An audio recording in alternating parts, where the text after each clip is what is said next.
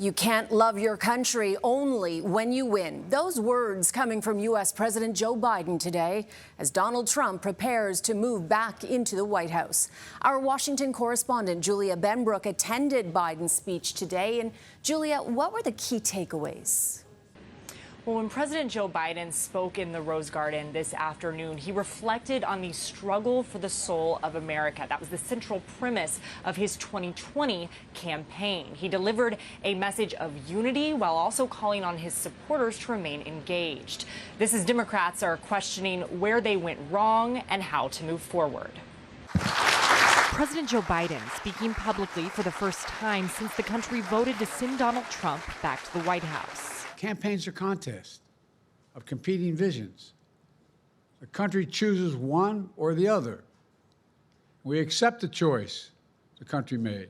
He promised a peaceful transition of power and repurposed a line he used often on the campaign trail to draw contrast with Trump before dropping out of the race. You can't love your country only when you win.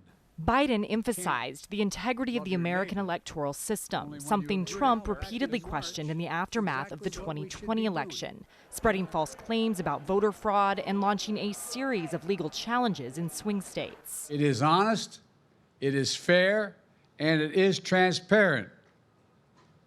And it can be trusted, win or lose. During the remarks, Biden took a moment to speak directly to members of his cabinet and senior staff in the audience and promised to stay committed in the final days of his presidency. Now we have 74 days to finish the term, our term. Let's make every day count. That's the responsibility we have to the American people. The president spoke with the president-elect Wednesday to congratulate him on his victory and invite him to the White House. A source familiar says Trump's team is in discussions about when he should visit. It could happen as early as next week. This address comes one day after Vice President Kamala Harris gave her concession speech and delivered a similar message, promising to keep up the fight that fueled her campaign.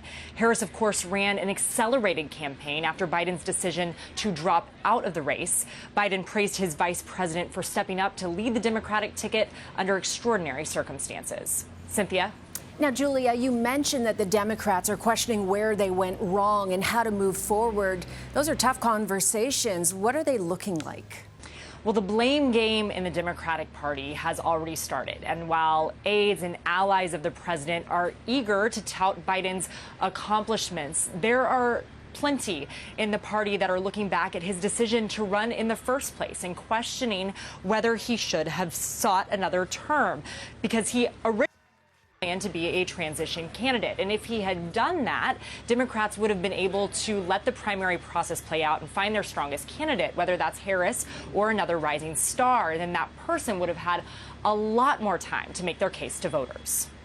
Hindsight is a wonderful thing. Now, Donald Trump wants to move quickly on his agenda and could be making staff picks very soon. What have you heard about that? Well, Trump is known for being superstitious and has largely avoided having these types of conversations in recent weeks. But after his decisive victory, there are a lot of allies jockeying for those top positions. Many of the hopefuls were at watch parties in Florida when he won on Tuesday and stayed in that Palm Beach area in hopes of getting some FaceTime and having some of these conversations. He could start making announcements on some of those top roles in the coming days. Thanks, Julia. And that is CNN's Julia Benbrook in Washington.